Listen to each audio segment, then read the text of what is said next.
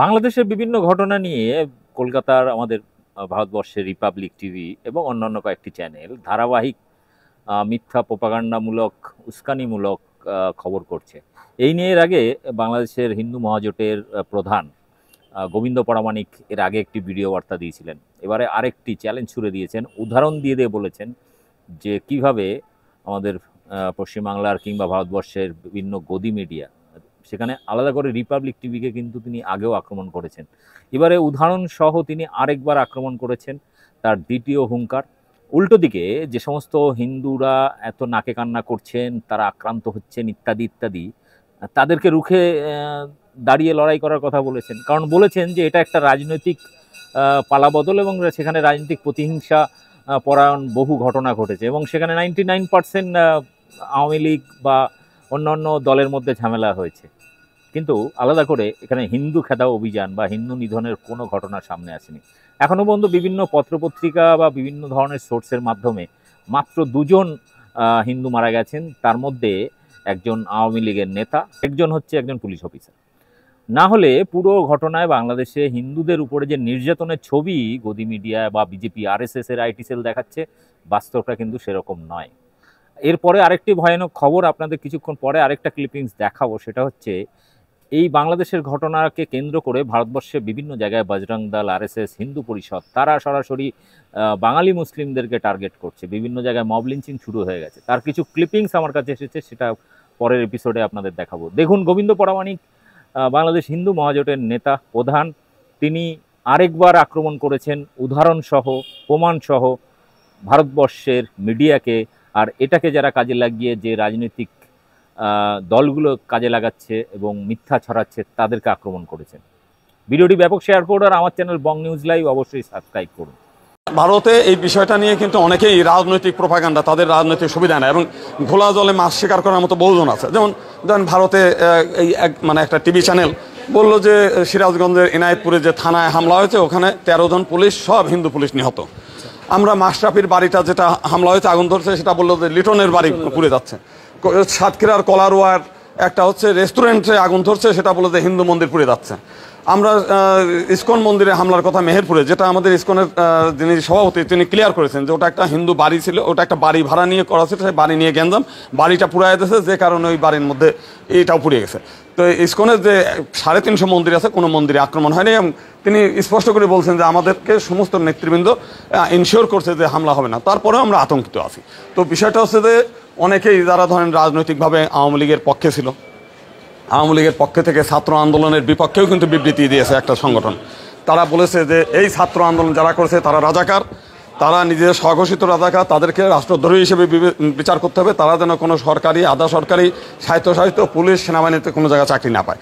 তো এই ঘটনাগুলো তো প্রথম আলো সহ সব পত্রপত্রিকায় ছাপা হয়েছে। তো আমি যখন আপনার বিপক্ষে বক্তব্য দিব, আপনার বিরুদ্ধে, যেমন আমাদের হারানচন্দ্র রায় নামে একজন ভদ্রলোক রংপুরে, তিনি ওবায়দুল কাদের হুকুম দিয়েছে ছাত্রলীগ, যুবলীগ, আওয়ামী লীগ সব রুখে দাঁড়ান। তিনি ছাত্র আন্দোলন দমন করার জন্য সেখানে রুখে দাঁড়াইছে, ইট পাটকেল ছুটছে, তারাও ইট পাটকেল ছুটছে, সেখানে পিটিয়ে তাকে হত্যা করছে।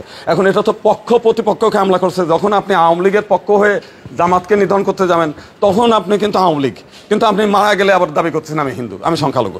এই যে দ্বৈত নীতিটার জন্যই আসলে কিন্তু আমরা ক্ষতিগ্রস্ত হচ্ছি। আমি বারবার এই কথা বলছি, যদি আপনি আওয়ামী লীগ হন তাহলে প্রতিপক্ষের সঙ্গে লড়াই করবেন, লড়াই মারা গেলে আপনি কিন্তু জাস্ট সেই দলের সৈনিক, তখন আপনি হিন্দু হিসেবে আপনি পরিচয় দিতে পারবেন না। আর নিরীহ হয়ে হিন্দু হন, শুধু হিন্দু পরিচয় দেন, বা আমরা কোনো দলের মধ্যে নাই, আমরা ঘরে থাকি, পূজা পার্বণ করি, আমরা ভোট কারে গোপনে দিব কি দিব না সেটার জন্য আলাদা। তাহলে কিন্তু আপনি যদি নির্যাতিত হন, তখন আমরা বলবো যে ইউ আর হিন্দু, আপনার জন্য আমরা সেখানে আমরা নিরাপত্তা সহ অন্যান্য জায়গায় আমরা যে কান্নাকাটি করা দরকার সেগুলো করবো।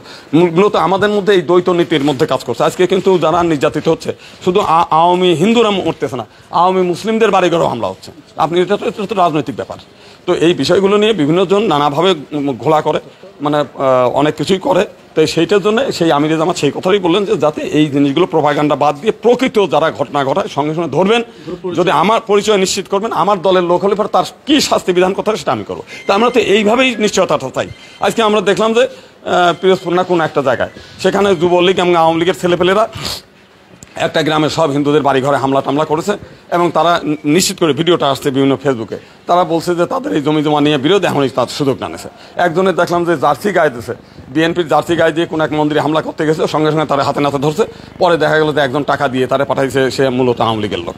তো এখন মূল যে বিষয়টা না, এগুলো হয়েছে, তো এখন কে মানে ঘটনাগুলো ঘটাচ্ছে এগুলো আইডেন্টিফাইড হওয়া দরকার। কারণ আমরা সংখ্যালঘু মানুষ, আমরা খামাখাইর ফুটবলের মতো দুই পক্ষের লাথালাতির মধ্যে না থেকে আমরা এই দেশে নিরাপত্তা সহকারে বসবাস করতে চাই। আরেকটা যে জিনিসটা যে আমাদের এক সাংবাদিক ভাই যেটা প্রশ্ন করছেন, একটা যৌক্তিক প্রশ্ন, সেটা হলো আমরা একটা সাংবিধানিক ইনশিওর চাই, আমরা জাতীয় সংসদে সংরক্ষিত আসন চাই, আমরা সংখ্যালঘু মন্ত্রণালয় চাই। এই বিষয়টা হলে কিন্তু আমরা মেরুদণ্ড শক্ত করে এই দেশে আমরা বসবাস করতে পারবো, আমরা করতে পারবো। আমাদের সংসদে কোনো হিন্দু ছিল না, আমাদের সংসদে কতগুলো চাটুকার আওয়ামী লীগ ছিল। আমি সে কথাটা বারবার বলছি, কোনো হিন্দু প্রতিনিধি নাই 1954 সালের পর থেকে, যে কারণে আজকে আমরা হিন্দুরা নির্যাতিত হলে পার্লামেন্টে আমরা কোনো কথা বলতে পারি না। কয়েকদিন আগে আমরা দেখছি যে সুইপার কলোনিতে হিন্দুদের প্রায় 120টা ছোট ছোট দোকান ঘরের মতো ঘর, সেইগুলো ভেঙে দিয়েছে আমাদের মেয়র সাহেব, আওয়ামী লীগের মেয়র। না, কোনো হিন্দু কথা বলে নাই সেখানে। যে কথা বলেছে সেখানে জাতীয় পার্টির দুই ভদ্রলোক সেখানে কথা বলেছে, কোনো আওয়ামী লীগের কোনো হিন্দুরাও না, আওয়ামী লীগের কোনো এমপিরাও কথা বলে নাই। এটা আমাদের জন্য বেদনাদায়ক। হরিজন সম্প্রদায়, এবং সে কথা বলেছে হচ্ছে আপনার জাতীয় পার্টির যে মহাসচিব তিনি কথা বলেছেন, এবং জাতীয় পার্টির চেয়ারম্যানও ওইখানে গিয়েছেন। তার মানে আমরা তো একটা অসহায় একটা মানুষ যে আমাদের কোনো প্রতিনিধি পার্লামেন্টে নাই। এটা বড় দুঃখজনক যে কথাটা উনি বলতে চেয়েছেন। আমরা সেই জিনিসটা চাই, আমরা ইনশিওর চাই প্রত্যেক রাজনৈতিক দলের কাছে যে একটা পৃথক নির্বাচন ভিত্তিতে যে হিন্দুদের ভোটে হিন্দুরা নির্বাচিত হবে, হিন্দুদের এমপি পার্লামেন্টে যাবে, যারা নিজেদের কথা নিজেরা বলতে পারবে, নিজেদের মেরুদণ্ড সোজা করে থাকতে পারবে। আমরা বাঙালিও হতে চাই না, আমরা ওই আওয়ামী লীগে হতে চাই না, আমরা বিএনপি জামাতে হতে চাই না, আমরা শুধুই হিন্দু হিসেবে থাকতে চাই। এটা হলো আমাদের বক্তব্য।